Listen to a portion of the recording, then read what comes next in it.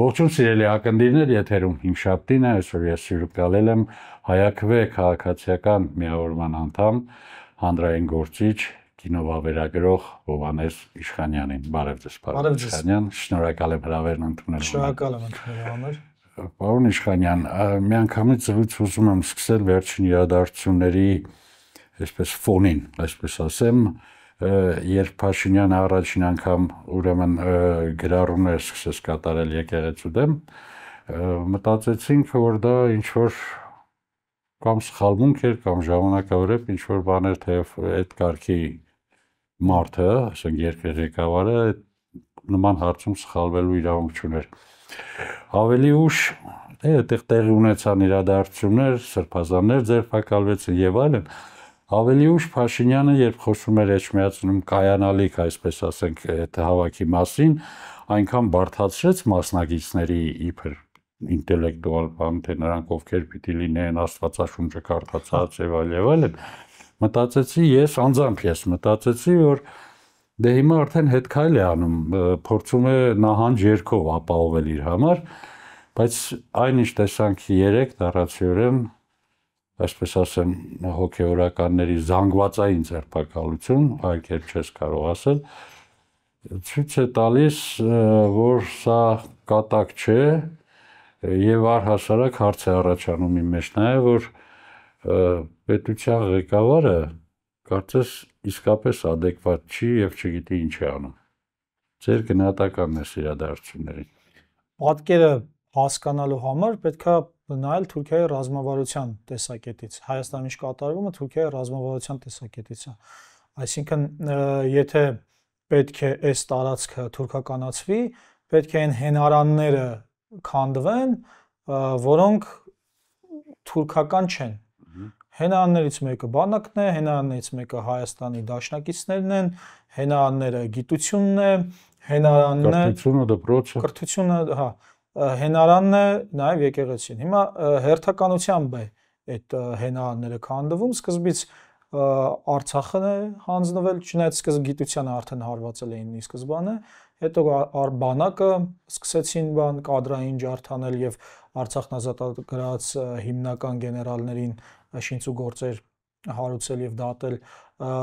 եւ նաեւ քաղաքական գործիչներին ու կամաց բերելով նրան որ Արցախը դատարկեցին, բայց ի վերջո չի ավարտվել, չէ՞, Թուրքիայի եւ Ադրբեջանի ռազմավարությունը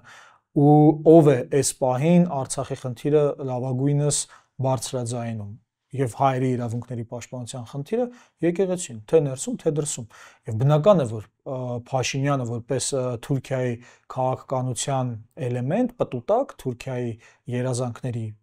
պտուտակ կամ կախարդական փայտիկ, ինչպես իրենք են իրենց բնորոշել, երբ եկան իշխանության ասելով, որ այդ կախարդական փայտիկը կա, իսկապես կա եւ դա հենց թուրքական կախարդական փայտիկ է, որն գրված է Made in Turkey։ Ու այս պայմաններում տեսեք Արցախի ներկայացուցչությունը եւ Արցախի պետական ինստիտուտները գրեթե չկան, բանակը ամբողջությամբ տիրապետության տակ է,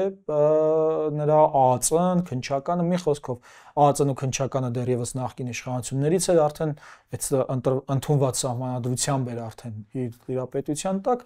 եւ այստեղ մնաց եկեղեցին պահպանել է Արցախի թեմը, եկեղեցին միջազգային իր կառույցներում եւ միջազգային եկեղեցական ժողովներում բարձրաձայնում է արցախցիների վերադարձի հարցը, ինչպես նաեւ Արցախում հայկական մշակութային ժառանգության ավերման հարցը, դատական հայցեր է ներկայացնում ու սա բնականաբար սպառնալիք է թուրքական քաղաքականության համար, ռազմավարության համար եւ նրանք պետք է այդ վերացնեին։ Հիմա թուրքական քաղաքականությունը նրանով է իրենց համար լավ, որ ինքը անընդհատ փորձող է, ինքը չի կանգնում, ինքը մի բան փորձում է, մյուսը անում է։ Հիմա Փաշինյանի առաջի գրոհը այդ վարկաբեկելն էր, Ավազանի անունով կոչելը եկեղեցականներին, հանրային տրամադրությունները արթնացնելը, հետո արդեն մեջից, եկեղեցու մեջից, ինչպես Թուրքիան Փաշինյան էր գտել հայ ազգի մեջից ու շրջել Հայաստանի դեմ, այնպես էլ իրենք այցին, սա բան, եթե վերադառնանք նայենք թե ինչև էս ինչպես է արվել, լրիվ ինքը հասկանալի էր, որ արվել։ Իսկ այն մնացածը թե որ պետքա բան լինեն, սուրբ լինեն, որպիսի գրավեն եկեղեցին, տատրիկ ուտիկաներ է, այդ ինչ որ բան թատերականացված, այդ բանն է, բուտաֆորիան է, արանքի տեղի ունեցողի։ Հարցը հետեւյալն է, պետք է Արցախի ինքնորոշման, հայերի իրավունքների պաշտպանության, հայերի դիմադրության օջախները քանդել։ Եկեղեցուց հետո արդեն սկսվելու են մշակութային գործիչները, մենք, ես, դուք, լրատվամիջոցները եւ այլն եւ այլն։ Այդպես։ Հիմա դուք ասում եք Թուրքիայի շահն են սպասարկում, թուրքական ծրագիր են իրականացնում։ Մենք ինչ պիտի անենք հիմա, ընկրկենք դրա առաջ, այսինքն մտածենք, որ պարտված ենք։ Չէ, ոչ իհարկե, ինքը հարատև պայքար է եւ երբեք չի լինում այդ պարտությունը։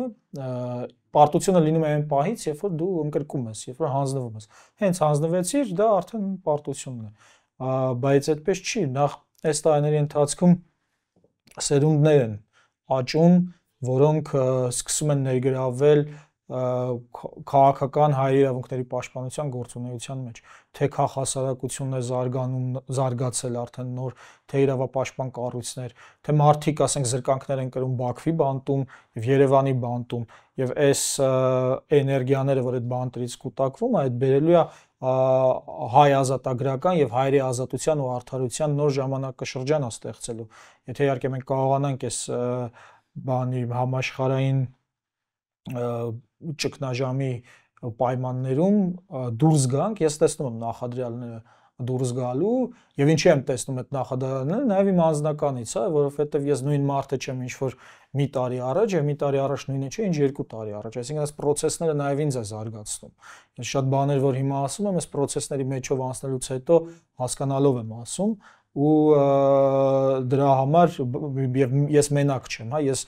ընդհանուր այս process-ները նաեւ մեզ գտնում ենք իրար, մարդիկ գտնում են իրար, սկսում են վստահել իրար, միասին համագործակցել եւ ամենակարևոր բանը, որ տեղի է ունենում, այդ համագործակցային մշակույթի ստեղծումն է հայերի ինքնության մեջ, որովհետեւ նախկինում ավելի տենց անհատապաշտական, անհատաձև մշակույթներ, հա, որտեղ ավելի շատ կարևորում էր անձի վարկանիշը, քան այդ համագործակցային մշակույթը, որ մեկս մյուսին ոնց որ օժանդակելով ավելի մեծ արժեք ենք ստեղծում, ավելի արդյունավետ ենք գործում։ Մյուս կողմից զարգանում է ավելի արդյունավետության վրա հիմնված բանը, քաղաքականությունը, մոտեցումը, ռազմավարությունը, քան հենց բարոյականության։ Որտեղ բարոյականությունը ինքը կարևոր բաղադրիչ է, բայց բարոյականությունը շատ հաճախ խոչընդոտում է ռազմավարությանը։ Մի պարզ օրինակ բերեմ, հա, օրինակ Նիկոլ Փաշինյանը կարող է գնա մեր համախոհներից մեկի հետ լուսանկարվի եւ մենք բոլորը սկսենք մեր բարոյական էմոցիաներից ելնելով հայհոյել նրան, ում հետ որ նկարվել է, չէ՞։ Բայց մյուս կողմից, եթե մենք գիտակցենք, որ Նիկոլ Փաշինյանի նպատակը հենց մեզնից այդ հայհոյանքները ստանալն է եւ հեռացնելը մեր համայնքի մարդուն մեզանից, մենք այստեղ արդեն սկսում ենք արդյունավետության մտածողությամբ գործել եւ սա շատ կարեւոր է հայ ժողովրդի համար, որպեսզի հետագա աղետները կանխելուն ընկալի թե թշնամու նպատակը որն է, այսինքն արձագանքի ոչ թե ըստ էմոցիայի, այլ արձագանքի ըստ թշնամու նպատակի խոչընդոտման, չիրականացման։ Քաղաքական շրջանակներ նշեցիք, դիցուք Հայաստանում քաղաքական շրջանակները, որոնք եթե դուրս են ԿՊ-ից, նույնպես գտնվում են բռնաճնշումների տակ, արդյոք արձագանքը, որ կա այս պահին այդ քաղաքական շրջանակներից, համապատասխանում է այն իրողություններին, ինչ որ կատարվում է եկեղեցու հետ։ Եթե նայենք ըստ տրամաբանության, հա, քաղաքականության եւ եկեղեցու միջեւ։ Եթե նայենք ըստ տրամաբանության, թե ինչպիսին պետք է լիներ հիմա արձագանքը, ըստ տրամաբանության չի համապատասխան, բայց ինչի չի համապատասխան, որովհետեւ դիմադրությունները, դիմադրողականությունը բազմաթիվ անգամ կոտրվել է։ Դա չի նշանակում, որ նորից չի վերականգնվելու, այդ վերականգնելու ձևը պետք է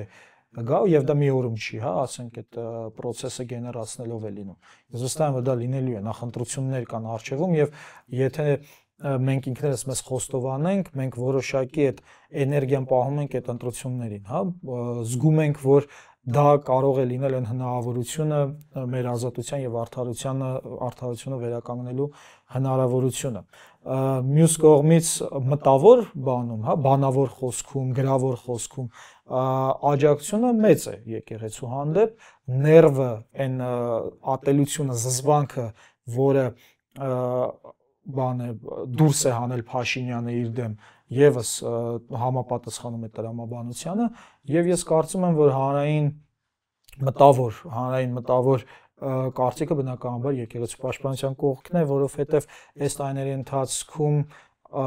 արդեն բոլորի այդ ոսկորին հասած պահ է, հա, այս թուրքական քաղաքականությունը ու բոլորը ընկալում արդեն այն թելը, որը կտրվել էր 1915-ից հետո կամ 15-ից հետո չէ, նույնիսկ 94-96-ից Համիդից հետո այդ թելը, որը կտրվել էր սովետական միությամբ եւ մեր հաղթանակով, հիմա նորից այդ վերականգնվել է մեր ուղեղում, հիշողության մեջ ու լրիվ սկսվում է պատկերացնել եւ ներկայիս մարդը, ներկայիս հայը սկսում է վերապրել թե նախկինում ինչ ա եղել։ Ես մի կարևոր բան ասեմ, որը ուզում եմ անպայման շեշտի լրատվամիջոցներում, հոկտեմբերի 19-ին կաթոլիկ եկեղեցին ունենալու է առաջին հայ սուրբը, որը կաթոլիկ է, Իգնատիոս Մալոյանն է, Մարդինի եկեղեցու arczepiskopos-ը, որը ցեղասպանության զոհ էր։ Նրան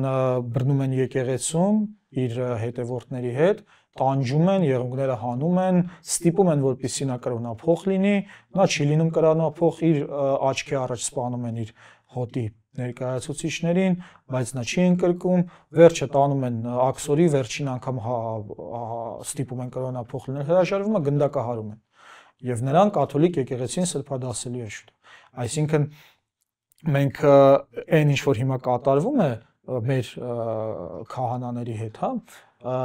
այդ թելը կապելն է եւ Նիկոլ Փաշինյանը ներկայացնում է հենց այն բաներին են սպայակույտին թուրքական, որոնք բռնում էին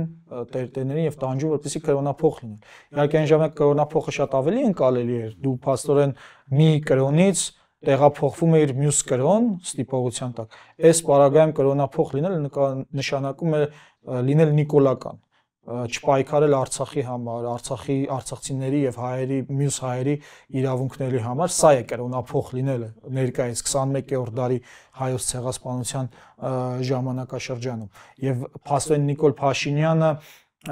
Թուրքիայի հարկադրանքով այդ շանտաժները, հա, այդ Արամին, որին ամենայն հավանականությամբ փողով կաշառել են, որ իր եղբայրների մեջքից խփի, փաստորեն այդ բոլորը կրոնափոխ են եղել։ Դրանք էսա այդ պետք է անցնել այդ կրոնափոխությունը։ Մյուս կողմից փոխվել է 20-րդ դարի ցեղասպանությունը, անգլերեն ասած upgrade ա եղել։ Թուրքիան հասկացել է, որ իր վրա բան է նստում, դարերի փոշի է նստում, վարկաբեկման, ինքը կատարելագործել է, ճկուն է սարքել ցեղասպանությունը, ինքը ոչ թե ուղիղ թալյաթով, ընվերով եւ իջած հրամաններով թուրքերն են անում կամ վարձու քրդերը,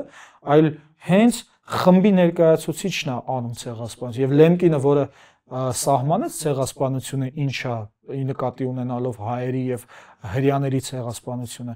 ինքը չուներ էս իր աչքի առաջ եւ այդտեղ ցեղասպանության սահմանումն էլ պետք է ընդլայնվի, որովհետեւ Նիկոլ Փաշինյանը ինքը ցեղասպան է, սակայն ընկալելի չի, որովհետեւ ինքը իր խմբի հանդեպ ցեղասպանությունը իրագործում է ուրիշի հարկադրանքով, հա, ու սա է, որ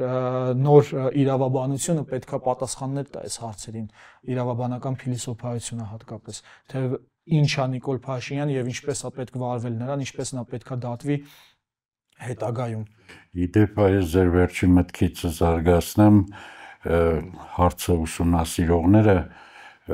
մատնանշում են, որ Նիկոլ Փաշինյանն ըստ էության այս իրավիճակում մենակ չէ, ամբողջ աշխարհում process-ներ են գնում հենց այն երկրների դեմ, որոնք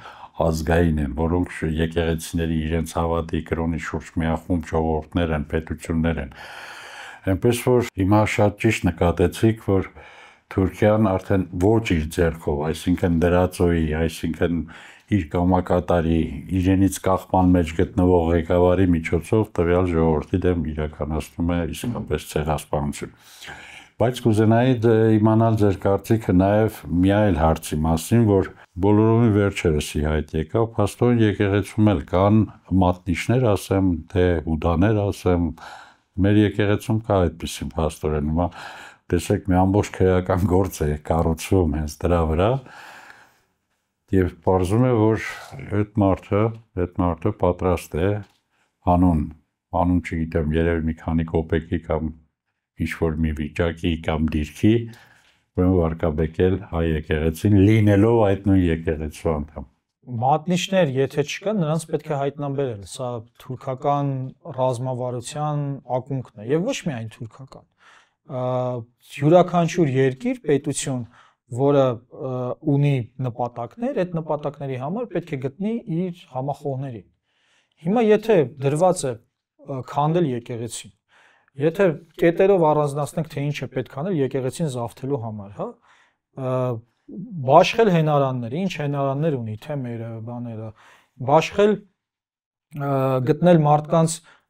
բաները, դոսիեները, այսպես ասած, կենսագրությունները, բնութագիրները, հասկանալ թե որոնք են նեղացած եկեղեցուց, չէ՞ որ ասենք դա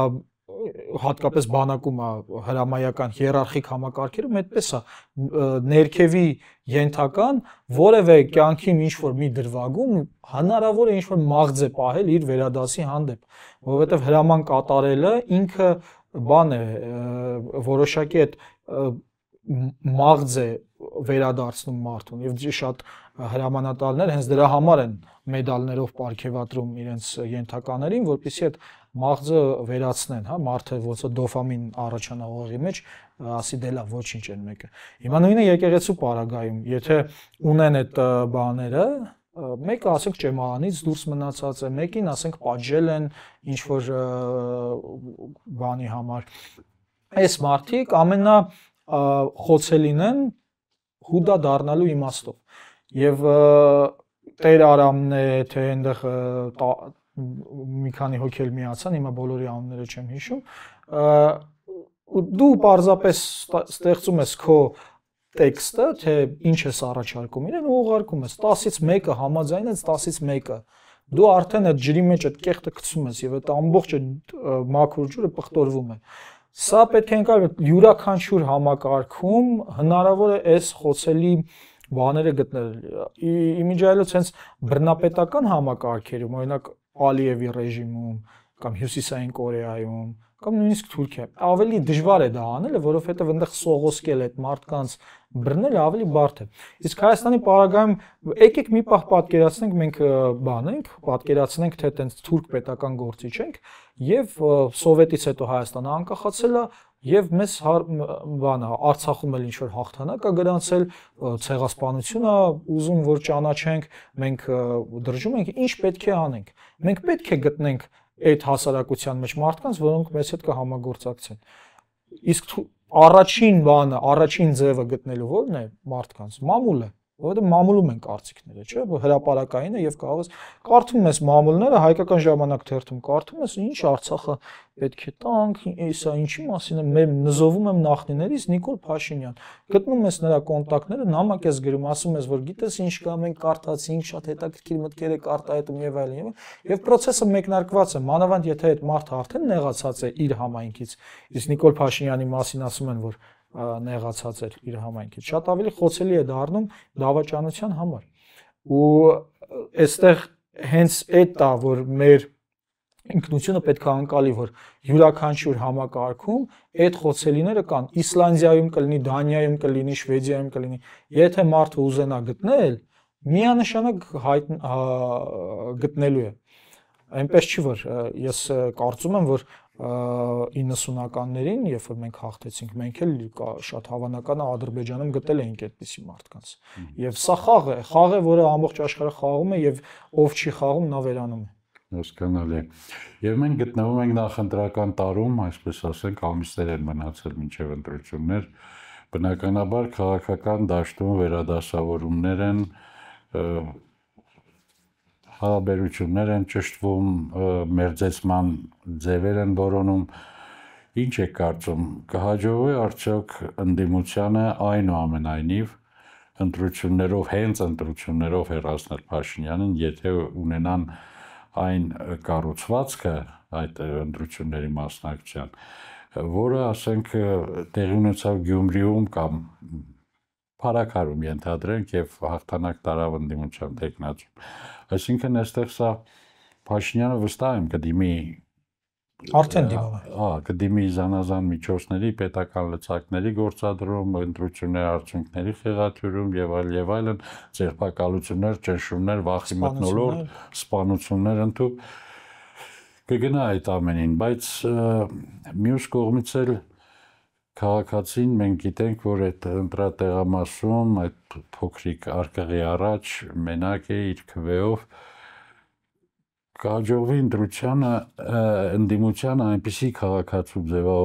ձևավորել այնպիսի քաղաքացու, որը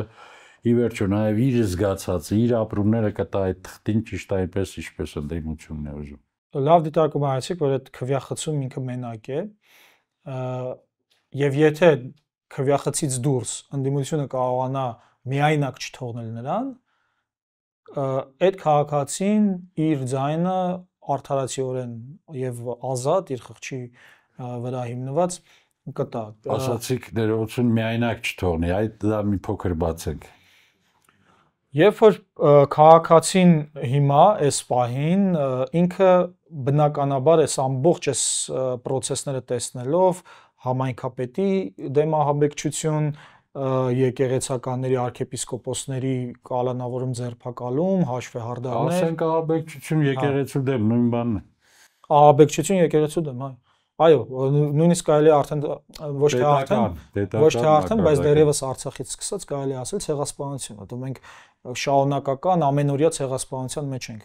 գտնվում ու հոգեբանական նաև։ Ու այս ահաբեկչությունների մեջ քաղաքացին սկսում է ճնշվել, չէ՞։ Հիմա եթե ընդդիմադիր գործիչները կարողանան այդ քաղաքացուն ուժ, հավատ եւ իր ձայնի մեջ ձայնը տալուց հետո վստահություն ներարկեն, որ նա ապահով է լինելու եւ նրան վտանգ չի սպառնում, ես կարծում եմ կլինի։ Իհարկե, այստեղ մեզ բազմաթիվ անակնկալներ են սպասվում, որովհետեւ նախ Փարաքարի համայնքապետի սպանությունը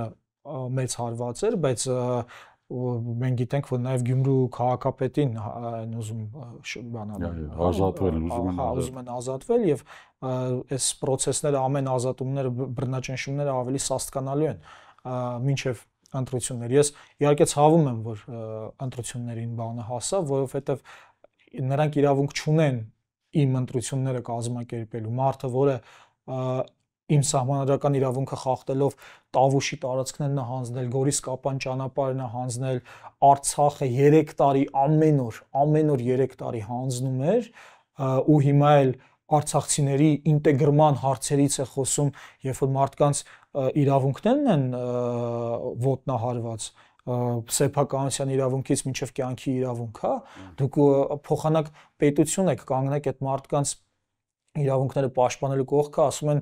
մենք պետք է ինտեգրենք, ով է ուզում ինտեգրել բնականաբար Ադրբեջանը, որպեսզի այնտեղ հայեր չլինեն կրկին, դա չի կարող լինել հայերի պետության հարցը մեջտեղից դուրս բերեն։ Հա, վերադարձի հարցը դուրս, այսինքն ամբողջ աշխարհը ասում է, որ եւ ոչ միայն աշխարհը, հա, միջազգային իրավունքն է ասում, փախստականների կոնվենցիան է ասում, փախստականների վերաբերող կոնվենցիաներն են ասում, փաստաթղթերն են, որ վերադարձի իրավունք ունեն, հա, բայց փաստորեն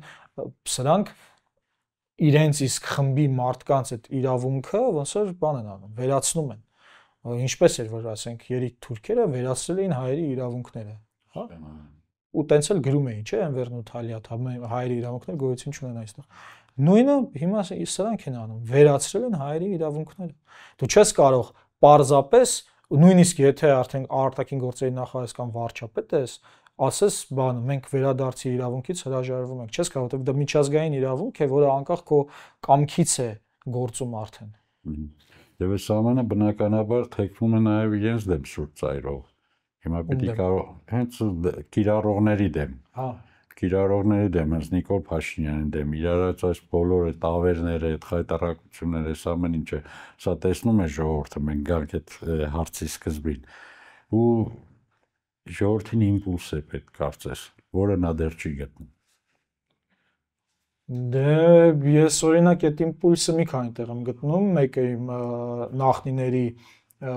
նկատմամբ բանում, հանդեպ պատասխանատվության զգացումով, մյուսը գտնում եմ 20, 21, 22, 23 թվականի զոհվածների իմպուլսով, չէ՞ որ նրանց կյանքը ընդհատվել է նպատակով, որպեսզի ազատ լինեն հայերը, դա է նպատակը եղել։ Մի իմպուլսը այդտեղ է եւ մյուս իմպուլսը ինձ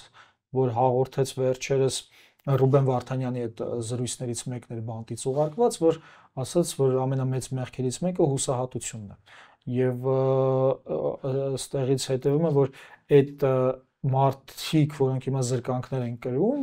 հայերի ինքնության համար, եւ ոչ միայն հայերի ինքնություն, սա շատ կարևոր է։ Բաքվում եւ Հայաստանում մարդիկ զրկանքներ են կրում մարդկության համար եւ ժողովրդավարության համար։ Ինչու՞։ Որովհետեւ Արցախի հարցը ոչ միայն հայ-ադրբեջանական հարց էր, դա ազգերի ինքնորոշման, ուժերի հակակշռման հարց էր։ Արդյոք ուժեղը կարող է կուլ տալ թույլին եւ ինչ ուզի անի, ուզի սպանի, ստորացնի, ինչ ուզի անի, թե պետք է գտնել ձև, որտեղ բանը այդ հակակշռվի եւ ճնշումներ չլինեն։ Երկրորդ համաշխարհային պատերազմից հետո աշխարհը նստեց ու ասեց մենք այլևս հարգանքի եւ ազգերի ինքնորոշման հիման վրա ենք աշխատում եւ ստեղծեց ՄԱԿ-ը, կանոնադրությունում էլ գրվեց դա։ Հիմա սա փորձարկում է Արցախը այդ աշխարհի համար։ Հայերին այնտեղ խտրականության են ենթարկում, հայերը ասացին մենք ինքնորոշվում ենք, մենք ստեղծում ենք մեր պետությունը։ Հիմա աշխարհը նստածել հայերը ասում են մենք ստեղծում ենք ժողովրդավար պետություն։ Դատական իշխանությունը գործադիր է, օրենսդիրը անկախ են, կա քաղաքասարակություն, ընտրություններով ձևավորվում է, մենք մի քանի նախագահ փոխեցինք այնտեղ ու կա նաև Ալիևյանը, որը ասենք փողի հիման վրա նավթով ստեղծում է բռնապետություն, սպանում է ազգային փոքրամասնությունների առաջնորդներին բանտերում, այդ թվում 20 թվականի նոյեմբերի 9-ին հենց Մոսկվայից Բաքու բերեցին եւ թալիշների առաջնորդին սպանեցին, նրանց իրավունքներն է ոտնահարում, բռնապետական երկիր է, 30 տարի է մի ընտանիքի մի անդամն է ղեկավարում երկիրը եւ այս բանն էր, վեճն էր։ Արդյոք Ալիևի մշակույթն է ճիշտ թե ժողովրդավարության։ Եվ այս ժամանակաշրջանում պարզվեց Ալիևինն է ճիշտ, բայց այս պահին կլինի Ռուբեն Վարդանյանը, Դավիթ Մանուկյանը, Դավիթ Իշխանյանը, Լևոն Մնացականյանը, Դավիթ Բաբայանը, նույնիսկ Արայիկ Հարությունյանը, Վագիվ Խաչատրյանը եւ մնացած բոլորը, այս պայն չեմ կարող բոլորին թվարկել, բայց մնացած բոլորը նրանք այս պայն զրկանքներ են կրում մարդու իրավունքների եւ ժողովրդավարության համար, որովհետեւ այդ պետությունից, որից իրեն գնացին այնտեղ, ինքը աշխարհին ցույց է տալիս ժողովրդավարության օրինակ։ Հիմա աշխարհը ուզում է լինել Ալիևի պես պետություն, որտեղ 17-ամյա երեխային բանը սպանում են, որովհետեւ ոստիկանության թմրանյութերի տեղաշարժի մասին է հայտարարել եւ ազգային փոքրամասնություններին են ճնշում տասնյակ լրագրողների 9-ից 12 տարի ազատազրկում են, թե ուզում են լինել Արցախի պես պետություն, որտեղ ժողովրդավարություն էր, նախագահները փոխվում էին, պետական ինստիտուտները աշխատում էին եւ ինքը առանձնապես այդ ֆաշիստական էքսպանսիան չուներ մեջը։ Նա ոչ ճնշում էր օտարներին, հակառակը դռները բաց էին Արցախի օտարների համար եւ որևէ այտենց խտրական ֆաշիստական մոտեցում այդ երկիրը չուներ։ Հիմա նոր աշխարհակարգի ձևավորման ժամանակ, որտեղ Թուրքիան հայտ է ներկայացնել ոստիկաններից մեկը լինելու, հա, ՄԱԿ-ի անվտանգության խորհրդի մշտական անդամների կազմում ներգրավելու, աշխարհը պետք է ամեն ինչ անի, որ այս մշակույթը չլինի, որտեղ Թուրքիան, նայեք, մենք կարող ենք սիրել կամ չսիրել Արևմուտք, Ռուսաստան, Իրան, բայց նայեք, Ռուսաստանում ազգային փոքրամասնությունները ունեն իրենց իրավունքները, դա բան է, խոսելու կարիք չկա դրա մասին։ Ամերիկայի մշակույթը ասում է, գիտեք, կարևոր չի ինչ ազգ ես, բան ժողովրդավարություն, ազատություն մենք կբերենք, հետո ճիշտ է գնում է այնտեղ պետություններ ա վերացնում դրա համար, բայց կրկին ինքը չունի այդ բան տարբերվողին ցեղասպանելու հատկությունը։ Իսկ նույնը Եվրոպայի մասին է։ Այսինքն ինչքան էլ իրանք փորձեն գրավել տարածքներ, այնուամենայնիվ որոշակի մարդակենտրոնություն կա, տարբերվողին հարգելու ինչ որ էլեմենտներ կան։ Թուրքիայի պարագայում դա չկա։ Թուրքիան վերացրել է հայերին, հույներին, ասորիներին, չէ, ալևիներին, ստեղծում էր միատար պետություն, դրա համար ցեղասպանություններ էր իրականացնում ու հենց հիմա էլ ինքը փորձում է գերիշխող աշխարհի վրա միայն Թուրքի կարծիքը, Թուրքի քմահաճույք եւ ցանկությունները իրագործելի դարձնել միայն աշխարհի չէ, տիեզերքում էլ կուզի, Մարսում կամ Վեներայի վրա, բայց այդ քաղաքակրթությունը պետք է աշխարհը թույլ չտա, որ գոյություն ունենա, ինչպես թույլ չտվեցին երկրորդ համաշխարհային պատերազմում, որ Հիտլերը հաղթի։ Ձեր հարցի պատասխանը դա աշխարհը պիտի տա, այսպես ասեմ, ինչպիսի աշխարհ է ուզում Ալիևի նման, թե մենք էլ ենք տալիս, մենք էլ ենք տալիս։ Այդ հարցը իրենք դեռ պիտի որոշեն կամ մտածում են այդ ուղղությամբ, չգիտեմ։ Ինձ մի ուրիշ հարց հիմա հետաքրքրում է, Փաշինյանին մնացել է թերևս սահմանադրությունը փոխել եւ ադրբեջանցիներին վերաբնակեցնել, այն ինչ որ պահանջներով ենթադրվում է Ադրբեջանի եւ Թուրքիայի։ Հայաքվեն հիշենք նաև ստորագրահավաքը, որ հիմնականում այնտեղ հարցը այն սահմանադրության հետ էր կապվում, որ չփոխվեն որոշակի օրենքներ եւ քրեական պատասխանատվության ենթարկվեն, այսինքն սահմանադրության հիմնական դրույթներ չփոխվեն։ Հիմա տեսեք, Արարատ Միրզոյանը հայտարարում է, թե մենք Թուրքիայի պահանջով չենք փոխելու, բայց արդյոք չեն փոխելու առհասարակ։ Արարատ Միրզոյանի ասելով չի, որ մենք պետք է հասկանանք, թե ինչ է կատարվում։ Հայաքվեն օրենսդրական նախաձեռնություններ ներկայացրել, որով քրեական պատասխանատվություն էր առաջարկում սահմանել նրանց նկատմամբ, ովքեր կհերքեն ցեղասպանությունը, ոչ թե կհերքեն, այլ միջազգային ճանաչումից կհրաժարվեն, այսինքն մի քայլ առաջ, ինչ որ սրանք արել են։ Եվ մյուսը, որ Արցախը կճանաչեն այլ պետության կազմում։ Իհարկե առաջի փուլը մեծ հաջողությամբ իրականացվեց, սակայն այդ Արցախի անկումից, այդ աղետից հետո այդտենց մնաց։ Արդյոք կգնան դրան, որ սահմանադրություն փոխեն։ Հա, չէ, իրանք միանշան Ադրբեջանի համար Հայաստանը գոյություն չունի։ Ինքը իր խնդիրը Հայաստանը վերցնելն է եւ Էջմիածինը անգամ եթե ինչ որ մեկի մտքով կանցներ, որ կարող է Էջմիածինը ինչ որ ինքնավարություն տան եւ այտենց ինչ որ վատիկանատիպ ինչ որ բան մնա, դա էլ ասել են, որ չի լինելու այտենց բան, Էջմիածինը ադրբեջանական է եւ այլն։ Այստեղ ավելի էական է, թե մենք ուր ենք ուզում գնանք, որովհետեւ ես կարծում եմ, որ մեզ պետք են ջրային էներգետիկ ռեսուրսներ, անկախ Արարատից, հա, մենք անընդհատ Արարատ ենք մտածում, բայց մեզ օդի ջրի պես հարկավոր է սահման Ռուսաստանի հետ, որովհետև Վրաստանի սահմանը շատ բան է, ինչ են ասում, խոցելի է, օդի ջրի պես դա հարկավոր է, մեզ պետք է լայնացնել սահմանը Իրանի հետ եւ ինչպես նաեւ Սիրիայի եւ Իրաքի հետ հարևանություն անել կրկին սահմանով եւ եթե Վրաստանն էլ բարի լիներ, օրինակ կարող է ինչ որ ծովային ելք տար։ Այսինքն եթե Թուրքիան կարող է երազել Հայաստանը վերացնելու մասին, մենք պետք է երազենք եւ մենք նպատակը դնենք ունենալու այդ այն գոնե բազային անհրաժեշտությունը, որը անհրաժեշտ է մեր կենսագործունեությանը այստեղ։ Եվ եթե մենք այդպիսի նպատակներ դնենք, կարծում եմ, մենք էլ կսկսենք օրինակ Թուրքիայում գտնել տերարամների, հա, եւ որոնք կլինեն նաև արդար տերարամներ, ինչ իմաստով, որովհետև ի վերջո Թուրքիան ցեղասպանական երկիր է եւ օրինակ Թաներ Աքչամը այն ինչ որ անում է հանուն մարդկության, հա, նա տերարամ չի, այնտեղ կա բան, համամարտկային արդարության բաղադրիչ ի տարբերություն տերարամի, որը ամենայն հավանականությամբ փողի դիմաց է այս ամենը անում։ Ու դրանից ելնելով կարծում եմ, որ այդ մեր ինքնության այդ բաղադրիչ մասը պետք է լինի նաև հասկանալը, թե որ ճանապարհներն են մեզ անհրաժեշտ, որ կողմերն են պետք գնալ։ Օրինակ, այս բանի միջանցքից են անընդհատ խոսում Զանգեզուրի միջանցքից, բայց կա օրինակ բանը, չէ, Ադրբեջանի միջոցով Սադարակի շրջանով Իրանին կապվելու հնարավորություն, Երասխից Իրան։ Ընդհանրապես Երևանից, ասենք 1.5 ժամ, 2 ժամ մենք կարող ենք գնալ Իրան։ Փոխարենը մենք գնում ենք, պտտվում ենք, բանով Սյունիքով գնում ենք։ Եվ սա ասենք շատ էական օդի ջրի պես անհրաժեշտ բան է, որ մենք Ադրբեջանով միջանցք ստեղծենք, Նախիջևանով դուրս գանք Իրանի վրա։ Ընդ որում Իրանը որոշակի ակնարկներ արել է, երբ որ դեսպանը Իրանի իր հրաժեշտի ասուլիսը տվեց, ինքը որոշակի ակնարկ արեց, որ կարելի է բան